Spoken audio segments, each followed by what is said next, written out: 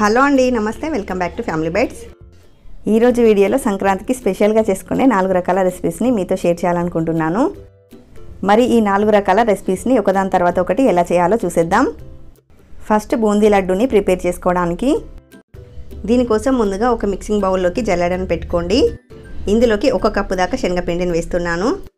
ఇందులోనే చిటికెడంత ఉప్పుని, 1/2 tea spoon దాకా వంట సోడాను వేసుకోండి. ఇప్పుడు వీటన్నింటిని కూడా జల్లించుకోవాలి. ఇందులోకి నీళ్ళని వేసుకుంటూ ఈ పిండిని థిక్గా కాకుండా మరీ పల్చగా కాకుండా కలుపుకోండి. చూడండి, మనకి బ్యాటర్ కన్సిస్టెన్సీ అయితే ఇలా ఉండాలి. ఇలా పిండిని కలుపుకొని రెడీగా పెట్టుకోండి. స్టవ్ మీద డీప్ ఫ్రైకి సరిపడా ఆయిల్ని పెట్టుకొని నూనెను బాగా వేడి చేయండి. బూందీని వేసుకోవడానికి ఇలా చిల్లుల గరిటెను కానీ లేదంటే బూందీ గరిటెను కానీ తీసుకోండి. 1 గరిటెడు శనగపిండిని తీసుకొని ఈ గరిటెలోకి స్లోగా డ్రాప్ చేయండి. ఆయిల్ అనేది బాగా హీట్లో ఉంది కాబట్టి మనకి బూందీ అనేది త్వరగా వేగిపోతుంది. బూందీ లడ్డు కోసం మనం బూందీని క్రిస్పీగా వేయించకూడదు.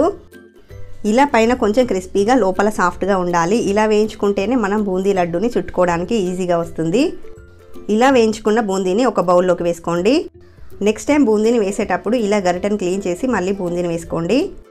ఇలాగే పిండి మొత్తాన్ని కూడా బూందీలాగా చేసి తీసుకోండి. ఇలా పిండి మొత్తాన్ని బూందీలాగా ఫ్రై చేసుకున్నాక ఇదే ఆయిల్లో 1 టేబుల్ స్పూన్ దాకా జీడిపప్పుని, 1 టేబుల్ స్పూన్ దాకా కిస్మిస్ని వేసి ఫ్రై చేసి తీసుకోండి. మీరు కావాలంటే ఈ డ్రై ఫ్రూట్స్ని నెయ్యిలో కూడా ఫ్రై చేసి తీసుకోవచ్చు. ఇప్పుడు స్టవ్ మీద ప్యాన్ పెట్టుకొని మనం ఏ కప్పుతో అయితే శనగపిండిని తీసుకున్నామో అదే కప్పుతో 1 కప్పు దాకా పంచదార వేసుకోండి. 1 కప్పు శనగపిండికి 1 కప్పు పంచదార అయితే కరెక్ట్గా సరిపోతుంది. మీరు కావాలంటే ఈ పంచదార ప్లేస్లో బెల్లాన్ని అయినా తీసుకోవచ్చు. ఇందులోకి 1/2 కప్పు దాకా నీళ్ళని వేసుకొని గరిటెతో కలుపుకుంటూ పంచదారని కరగనివ్వాలి. ఇలా మధ్య మధ్యలో కలుపుకుంటూ పాకాన్ని లైట్గా తీగ పాకం వచ్చేంత వరకు ఉడికించుకోవాలి. మనకి పాకం అనేది మరీ ముదిరింది అంటే లడ్డు చల్లారిన తర్వాత పైన క్రిస్టల్స్ అనేవి ఏర్పడతాయి అన్నమాట. మనకి పాకం అనేది పంచదార కరిగిన తర్వాత కొద్దిసేపట్లోనే వచ్చేస్తుంది. సో ఈ విధంగా లేత తీగ పాకం వచ్చిన తర్వాత స్టవ్ ఆఫ్ చేసేసి ఇందులోకి 1/2 టీ స్పూన్ దాకా యాలకుల పొడిని వేసి మిక్స్ చేయండి. ఇప్పుడు ఫ్రై చేసుకున్న బూందీ వేసి ఇదంతా కూడా పాకంలో బాగా కలిసే విధంగా కలుపుకోవాలి. ఇందులోనే మనం ఫ్రై చేసి పెట్టుకున్న డ్రై ఫ్రూట్స్ని వేసేసి మిక్స్ చేసుకోండి. ఇలా పాకం అంతా కూడా బూందీకి పట్టించుకున్న తర్వాత ఇప్పుడు మూత పెట్టి ఒక 5-6 నిమిషాల పాటు పక్కన పెట్టేసేయండి. ఇలా చేయడం వల్ల పాకం అనేది బూందీకి బాగా పడుతుందన్నమాట. 5 నిమిషాల తర్వాత మూత తీసి మళ్ళీ ఒకసారి కలుపుకోండి. చూడండి, మనకి బూందీ అనేది పాకాన్ని పీల్చేసుకొని సాఫ్ట్గా తయారైంది కదా. ఒక బూందీని తీసుకొని ప్రెస్ చేస్తే చూడండి జ్యూసీగా వచ్చింది. ఈ బూందీని గోరువెచ్చగా ఉన్నప్పుడు లడ్డూలాగా చుట్టుకోవాలి.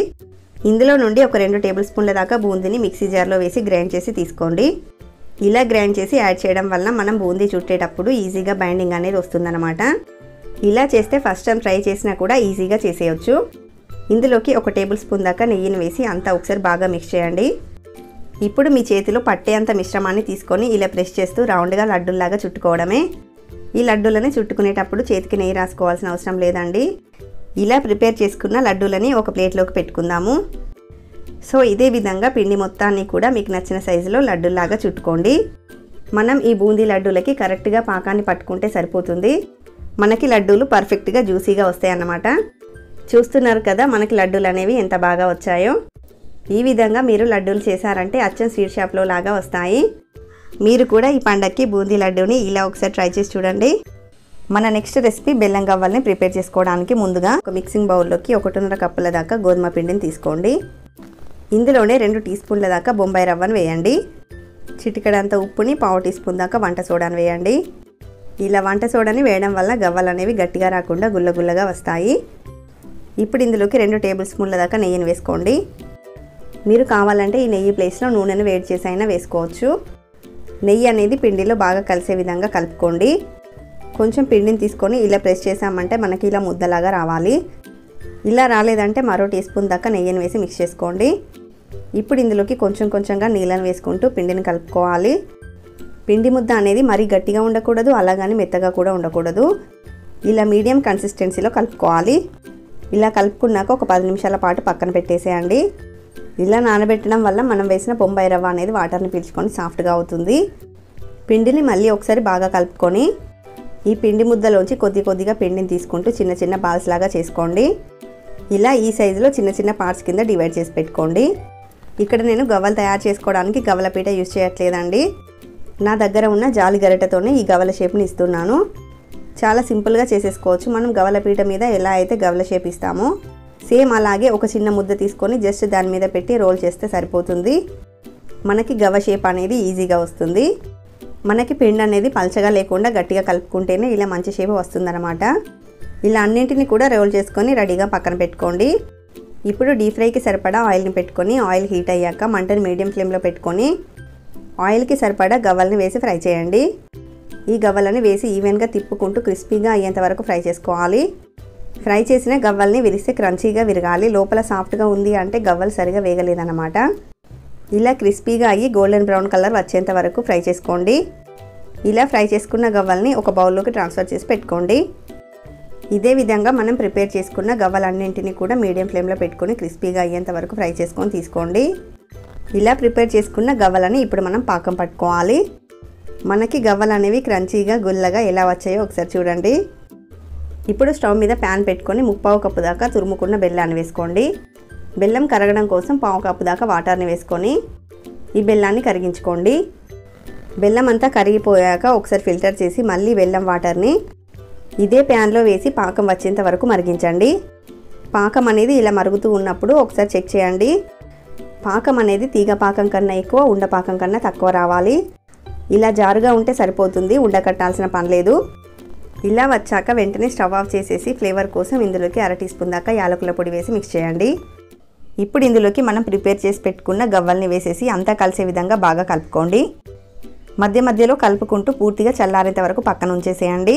ఆ తర్వాత బ్రేక్ చేసుకొని ఎయిర్ టైట్ బాక్స్లో స్టోర్ చేసుకుంటే 15 నుంచి 20 రోజుల పాటు ఫ్రెష్గా ఉంటాయి. టేస్టీ నేతి బెల్లం సున్నుండల్ని ఎలా చేసుకోవాలో చూసేద్దాం. ఈ సున్నుండలు చేసుకోవడానికి ముందుగా స్టవ్ మీద ప్యాన్ పెట్టుకొని ఇందులోకి 1 కప్పు దాకా మినపగుళ్ళను వేసుకోండి. అలాగే 1 కప్పు దాకా పొట్టుతో ఉన్న మినపగుళ్ళను వేసుకోండి. ఇక్కడ నేను రెండింటినీ కలిపి 2 కప్పుల దాకా తీసుకున్నాను కదా. మీరు కావాలంటే వీటి క్వాంటిటీని ఎక్కువ తక్కువ కూడా చేసుకోవచ్చు. వీటిని నిదానంగా లో ఫ్లేమ్లో పెట్టుకొని కనీసం 15 నుంచి 20 నిమిషాల పాటు వేయించుకోవాలి. వీటిని వేయించేటప్పుడే 1 టీ స్పూన్ దాకా నెయ్యిని కూడా వేసి వేయించండి. గింజ లోపలి వరకు వేగాలి, అప్పుడే మనకి మినప సున్నుండలు రుచి బాగుంటుంది. ఇలా పొట్టు మినపప్పును తీసుకోవడం వలన టేస్ట్ బాగుంటుంది. అలాగే ఇందులో ఉండే హెల్త్ బెనిఫిట్స్ కూడా యాడ్ అవుతాయి.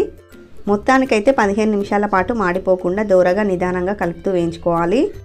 వీటిని ఇలా వేస్తూ ఉంటే లైట్గా కలర్ చేంజ్ అవుతాయి. అలాగే కమ్మటి వాసన అయితే వస్తుందన్నమాట. ఇలా వేగిన తర్వాత ఇందులోకి 2 టేబుల్ స్పూన్ల దాకా బియ్యం వేసుకోవాలి. మనం అచ్చం మినపగుళ్ళతో ఈ సున్నుండలు చేస్తే తినేటప్పుడు నోట్లో చుట్టుకుపోతూ ఉంటుంది. సో అందుకని కొద్దిగా బియ్యాన్ని వేస్తే రుచి బాగుంటుంది. అలాగే తినడానికి కూడా ఈజీగా ఉంటుంది.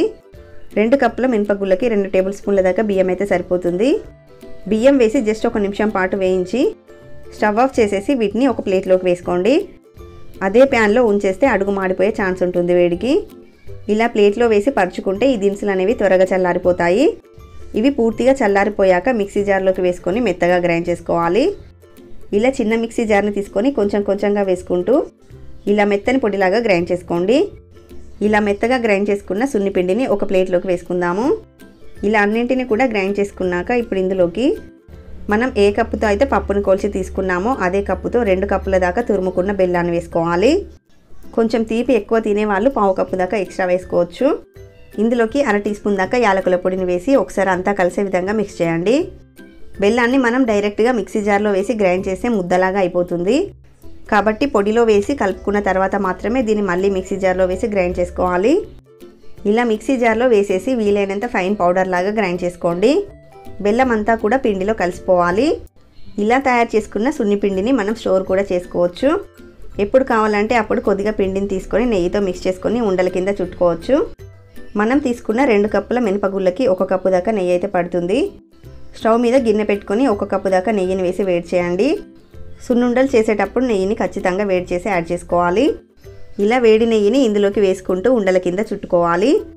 మీరు కావాలంటే మొత్తం నెయ్యిని ఒకేసారి వేసేసి అంతా మిక్స్ చేసుకొని ఉండల కింద చుట్టుకోవచ్చు. ఇక్కడ నేను కొంచెం కొంచెంగా నెయ్యిని వేసుకుంటూ ఈ సున్నుండలు చేస్తున్నాను. పిండిని గట్టిగా ప్రెస్ చేస్తూ రౌండ్ బాల్స్ లాగా చుట్టుకోండి. ఇలా చేసుకున్న సున్నుండల్ని ఎయిర్ టైట్ బాక్స్లో పెట్టి స్టోర్ చేసుకుంటే 1 మంత్ వరకు కూడా ఫ్రెష్గా ఉంటాయి. ఈ పండగకి ఈ సున్నుండల్ని మీ చేత్తో మీరే ఇంట్లో ట్రై చేసి చూడండి. పండగ స్పెషల్ ఈ పప్పు చెక్కల్ని ఎలా చేసుకోవాలో చూసేద్దాం. ఈ రెసిపీ కోసం ముందుగా పెసరపప్పు ఇంకా సగ్గుబియ్యాన్ని నానబెట్టుకోవాలి. 2 టేబుల్ స్పూన్ల పెసరపప్పుని 2 టేబుల్ స్పూన్ల సగ్గుబియ్యాన్ని 2 సార్లు బాగా కడిగి మళ్ళీ నీళ్లు వేసి 1 గంట నుంచి 2 గంటల పాటు నానబెట్టుకోండి. ఇక్కడ నేను 2 గంటల పాటు నానబెట్టి తీసుకుంటున్నాను. మనకి సగ్గుబియ్యం అనేవి సాఫ్ట్గా నానితే ఆ చెక్కలు తినేటప్పుడు గట్టిగా లేకుండా ఉంటాయి. ఇప్పుడు ఒక మిక్సీ జార్ని తీసుకొని ఇందులోకి 2 ఇంచుల అల్లాన్ని కట్ చేసి వేసుకోండి. అలాగే 10 వెల్లుల్లిపాయల్ని పైన పొట్టు తీసేసి వేసుకోండి. కారానికి తగ్గట్టుగా 8 నుంచి 10 పచ్చిమిర్చిని యాడ్ చేసుకోండి. వీటన్నింటినీ మెత్తగా గ్రైండ్ చేసుకొని రెడీగా పక్కన పెట్టుకోండి. ఇప్పుడు ఒక మిక్సింగ్ బౌల్లోకి 1/2 కేజీ దాకా బియ్యం పిండిని జల్లించి పెట్టుకోండి. పొడి బియ్యం పిండిని తీసుకోవాలి. ఇక్కడ నేను 1/2 కేజీ పిండికి సరిపడా క్వాంటిటీస్ని చెప్తున్నాను. ఇందులోకి రుచికి సరిపడా ఉప్పుని వేసుకోండి. అలాగే 2 టేబుల్ స్పూన్ల దాకా బటర్ని వేసుకోండి. బటర్ని వేసి పిండిలో బాగా కలపండి. చేత్తో బాగా రబ్ చేస్తూ మొత్తం అంతా కూడా కలిసేంత వరకు కలుపుకోవాలి. బటర్కి బదులుగా మీరు 2 టేబుల్ స్పూన్ల దాకా వేడి చేసిన ఆయిల్ని కానీ నెయ్యిని కానీ వేసుకోవచ్చు. ఇలా అంతా కలుపుకున్నాక ఇందులోకి 1 టీ స్పూన్ దాకా జీలకర్ర వేసుకోండి. 2 టేబుల్ స్పూన్ల దాకా నువ్వులు, 1/2 కప్పు దాకా సన్నగా కట్ చేసుకున్న కరివేపాకు వేసుకోండి. 2 టేబుల్ స్పూన్ల దాకా సన్నగా కట్ చేసుకున్న కొత్తిమీరని, 1/2 టీ స్పూన్ దాకా పసుపు వేసుకోండి. ఇప్పుడు ఇందులోకి మనం గ్రైండ్ చేసి పెట్టుకున్న పచ్చిమిర్చి కారాన్ని వేసుకుందాము. అలాగే నానబెట్టుకున్న పెసరపప్పుని, సగ్గు బియ్యాన్ని నీళ్లు లేకుండా వేసుకోండి. ఇవన్నీ వేసేసి బాగా కలిసే విధంగా కలుపుకోవాలి. ఇప్పుడు టేస్ట్ చూసుకొని సాల్ట్ని అడ్జస్ట్ చేసుకోవచ్చు. ఇలా పిండిని కలుపుకున్నాక ఇందులోకి వేడి నీళ్ళని వేసుకుంటూ పిండిని కలుపుకోవాలి. ఎప్పుడైనా సరే చెక్కలు చేసేటప్పుడు వేడి నీళ్ళు మాత్రమే వాడండి. అప్పుడే చెక్కలు అనేవి క్రంచీగా వస్తాయి. పిండిని మరీ సాఫ్ట్గా కాకుండా మరీ గట్టిగా కాకుండా కలుపుకోవాలి. చూడండి, మనకి పిండి అనేది ఈ విధంగా ఉండాలి. చెక్కలు చేసుకోవడానికి ఈజీగా స్ప్రెడ్ అవ్వాలన్నమాట. ఇలా పిండిని కలుపుకున్న తర్వాత తడి క్లాత్తో కానీ లేదంటే ఏదైనా ప్లేట్తో కానీ కవర్ చేసి 10 నిమిషాల పాటు పక్కన పెట్టేసేయండి.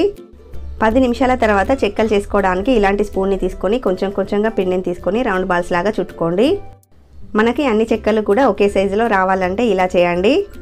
ఈ చెక్కలు 2 వ్యక్తులు చేసే పని అయితే ఒకరు చేస్తే మరొకరు కాల్చవచ్చు. ఒక్కరు చేసినట్లయితే పిండి మొత్తాన్ని ఒకేసారి బాల్స్ లాగా చేయకుండా కొంచెం పిండిని ఫస్ట్ బాల్స్ లాగా చుట్టుకొని మిగతా పిండిని కవర్ చేసి పక్కన పెట్టేసేయండి. ఇలా రెడీ చేసుకున్న బాల్స్తో ఇప్పుడు చెక్కలను ప్రిపేర్ చేసుకుందాము.